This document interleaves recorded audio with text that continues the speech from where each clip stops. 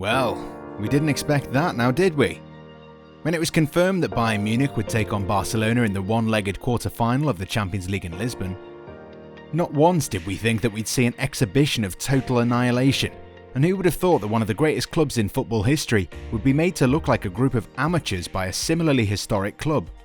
Bayern Munich dismantled, humiliated, annihilated, desecrated. Feel free to put in a few more adjectives here, because the manner in which the Germans dealt with Barcelona was nothing short of extraordinary. Hansi Flick's men put 8 past Quique Setien's charges, who managed only 2 goals that we are not even going to call consolation goals. The result also set a new record for the most goals in a single Champions League quarter-final, beating the record set by Manchester United in 2007 when they put 7 goals past Roma. The shocking evisceration of Barcelona was received by a lot of anger, empathy, sympathy and acceptance around the world. However, we really need to discuss this defeat. How can a team that has so much talent all over the pitch perform so abysmally in a game that mattered so much? It's indeed a strange moment, because normally matches between two giants of any sport are never this one-sided. A 3-0 or even a 4-0 defeat might have made sense, but 8 goals? No one saw it coming, so yeah, you can forgive us if we start rubbing our eyes every time we see this scoreline.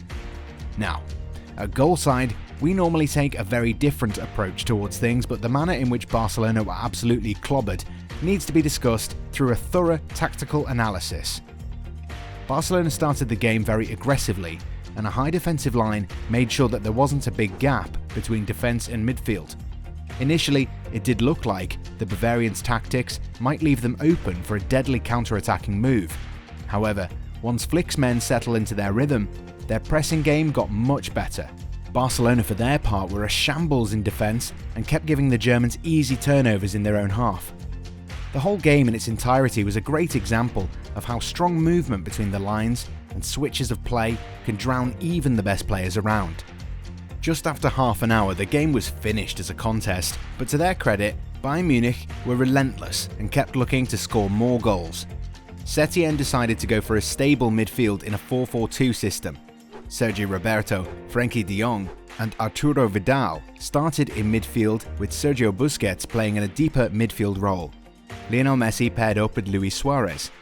The defence was similar to what we've seen all season, with Gerard Piqué and Clément Lenglet at the centre, flanked by Nelson Semedo and Jordi Alba. While he's played as a midfielder for the most part of the season, Joshua Kimmich started at right back. This meant that Leon Goretzka got a chance to partner with Thiago in the centre in a 4-2-3-1 formation. Robert Lewandowski, who's been in great form all season long, had a great supporting cast behind him in an attacking trio made up of Serge Gnabry, Thomas Müller and Ivan Perisic. Bayern found the net in the 4th minute after a great counter-attacking move down the left side, an area that they would go on to exploit throughout the 90 minutes. Barcelona equalised a few minutes later, and we all thought that this was going to be yet another riveting contest. In fact, the manner in which the goal was scored made it a real possibility that the Catalonians might be able to exploit the high defensive line that Bayern had set up. However, Flick's men were compact in all directions, and it was clear that the manager wanted his players to push Barca back into their own half. There were indeed moments during the game when Barcelona managed to find the right passes every time a Bayern player was unable to apply sufficient pressure. Such possibilities, though, became a distant memory as the Spaniards kept getting forced to play out from the back. This is not something they're very good at. Eventually, Munich found their rhythm and started forcing errors. That saw both fullbacks take up the width of the ground, with de Jong and Roberto moving into half spaces in midfield. Vidal was forced to push further up the field in order to give more options to the likes of Messi and Suarez.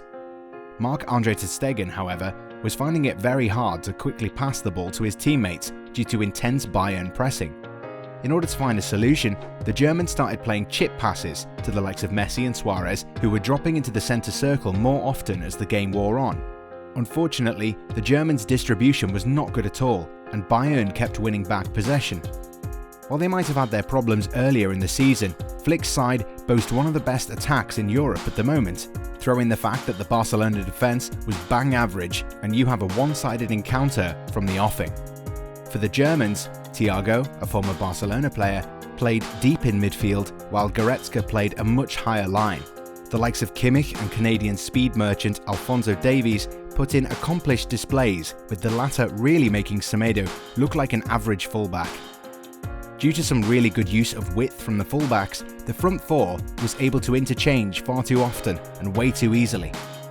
So how could Barcelona counter such effective tactics? The idea was for the likes of Busquets and De Jong to control the space between the lines, but the duo was too weak and was often found pushed out of space. Easy pickings, right? While Setien has said a lot about using the right tactics and treating a football game as a match of chess, the veteran tactician didn't make the full use of Roberto or Vidal. Both men were unable to keep a lid on the Bayern fullbacks and were not compact enough. If you ask us about this game, we would say that the game was a good lecture for upcoming managers about how not to create zonal marking tactics. The aging Barcelona squad is no longer good at pressing, and the less we talk about field coverage the better. Apart from making perfect use of the lines, Bayern were equally devastating down the wings. A lot of switches went out to the left, where Davies was a nuisance. Supreme movement from the likes of Müller and Lewandowski was dealt with rather ineffectively by Barcelona. There was so much space that even Goretzka was able to come from deep in midfield and add more options to the attacking moves. There was a time when winning second balls against Barcelona was a nigh on impossible task. Against Bayern Munich, however, it was the Catalonians who struggled to win second balls around their own box. While a lot's been said about the tactical deficiencies of this side, Barcelona were not good physically either. The Germans were much more agile in duels, especially around the Barca box. Setien appeared to have thrown in the towel once Davies embarrassed Semedo down the left flank before setting up Kimmich for the 5th goal of the night. The manager made only 2 changes, despite seeing how abysmally the midfield and defence was performing. At half-time, Antoine Griezmann was brought in place of Roberto, while Busquets was replaced by Ansu Fati. That didn't work out either, as Bayern Munich continued dominating the game. Astonishingly, the German champions had 26 shots on goal. We've definitely never seen any team lay siege on the Barcelona goal like that. And what about the Coutinho Cameo party? The Brazilian was loaned out to Bayern Munich last summer, and no one knows how the future looks for him. However, the talented midfielder was on song and apparently keen to remind his parent club the folly of their ways. The former Liverpool man was only given 15 minutes to make an impression, and impress he did. He ended up scoring twice and provided 1 assist. So what are the takeaways from this? Well, Barcelona are a club that's in serious turmoil. Apparently the manager's about to be sacked, and some players are definitely going to leave. The defeat was a perfect illustration of how the club is currently being run. They've been mired in off-field problems, and it was only a matter of time for them to be found out on the field. The current Bayern Munich side have been impressive throughout the Champions League campaign, and their movement was simply breathtaking. The German giants are a hybrid of speed and timing when entering the final third, and gave a perfect demonstration of how to dictate terms of a game against the big sides.